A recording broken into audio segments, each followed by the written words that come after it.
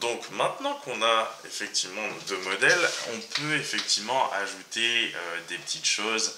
Alors nous on n'avait pas utilisé extend model, c'est une autre façon effectivement, nous on a utilisé sequelize.define, mais ça revient quasiment au même, sauf qu'il y a des petits avantages effectivement à utiliser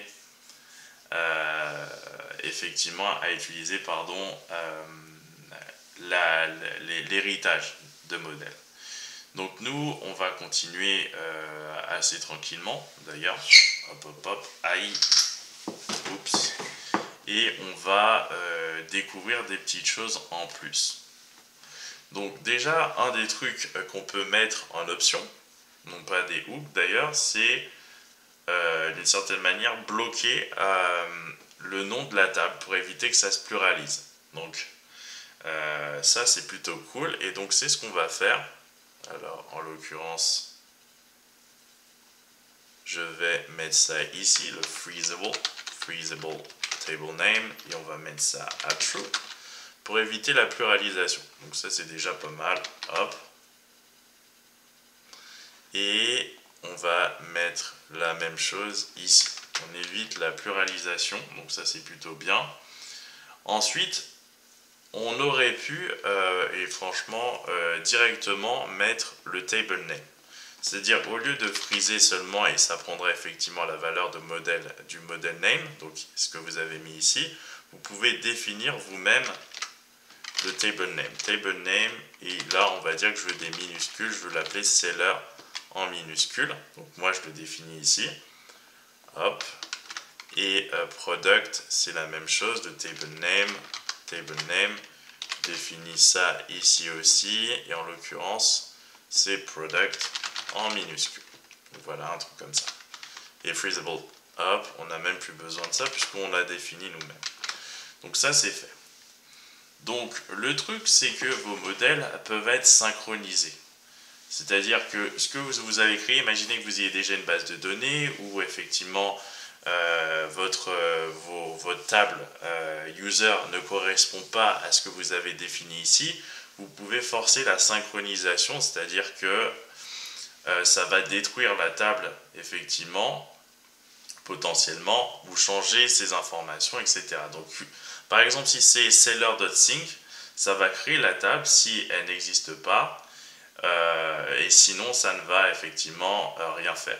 Si vous mettez par exemple, alors en l'occurrence on va faire ça tout à l'heure, un seller.sync, et à l'intérieur de sync, de la méthode sync, vous passez un objet avec une propriété force true, ça va créer la table et ça va effectivement enlever celle qui existe au préalable, et ainsi de suite, et ainsi de suite. Si vous mettez alter à la place de force avec 2.true, et bien effectivement ça va vérifier si l'état actuel de la table dans la base de données effectivement correspond à celui que vous avez dans votre modèle, et si ce n'est pas le cas, ça va opérer des changements. Donc ça c'est plutôt cool. Alors en l'occurrence les synchronisations, on verra ça plus tard. On verra ça dans notre index. Moi je pense que je vais les opérer ici dans index.js de modèle, où en fait nos différents modèles on va les importer. Donc là il n'y a plus d'import, déjà c'est bien bête. Modulo.export product pour le coup, comme ça j'exporte mon modèle, hop, et seller.export et module pardon .export et seller, et je vais les importer ici, donc const alors en l'occurrence seller égale require hop hop seller, et const product est égal à require product. Donc ça c'est fait. On a nos deux petits modèles qui sont importés, et on sait déjà qu'à la fin on va les exporter. Donc on peut déjà mettre un module.export, et puis on met un objet, et il y aura seller dans cette histoire, et il y aura product également. Donc ça c'est fait, et les synchronisations seront peut-être faites ici justement. Donc, on va continuer nos petites choses, tout simplement. Alors, pour l'instant, on va pas, et d'ailleurs, même, peut-être que je pourrais même créer un fichier de migration plus tard. Mais pour l'instant, on va s'occuper effectivement des liens qui existent entre les informations, et ça va être assez intéressant. Donc, on doit se poser la question, pour établir des relations entre les objets, seller et product, combien finalement de produits peuvent être concernés par un vendeur et combien de vendeurs peuvent concerner un produit. Donc, en l'occurrence, on peut dire que product has, et en fait, plutôt user, on va mettre plutôt user,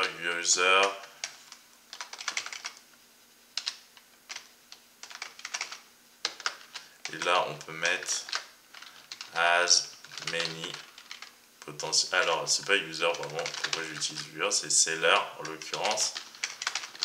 Et là, on peut dire as many, effectivement, product. Et là, vous passez foreign key et par rapport à product. Product, en l'occurrence, la foreign key, la clé étrangère dans les informations du modèle product, on l'a appelé ça owner ID, tout simplement. Et on va mettre as, en l'occurrence, vous allez mettre as owner, par exemple. Donc ça, c'est une façon de faire. Ou sinon, owner ID chez produit, mais en fait, l'information, vous allez l'appeler au pire products, de ce côté. Et par exemple, là, vous allez mettre product belongs to, et là, vous allez mettre belongs to, et un seul seller, et en l'occurrence, la clé étrangère, toujours, ce sera owner ID, mais par contre, cette histoire-là, ce sera owner. Comme ça, on va trouver l'information de cette façon.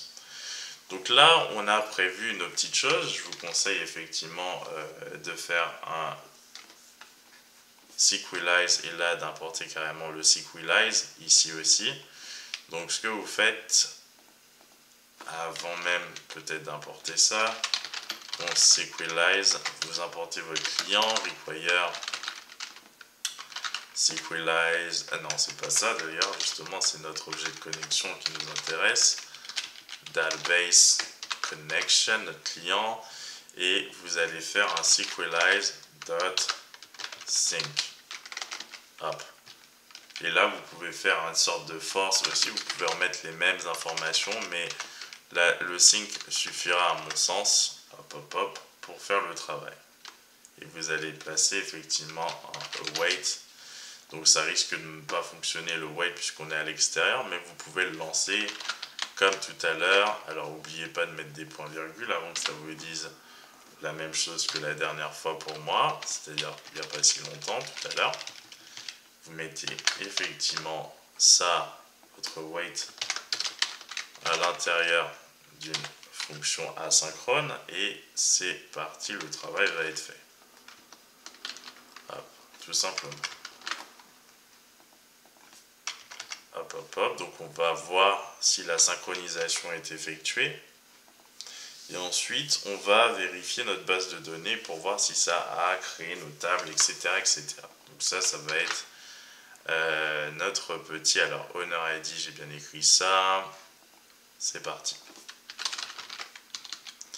Là en l'occurrence c'est model.index.js et là apparemment il y a eu des créations.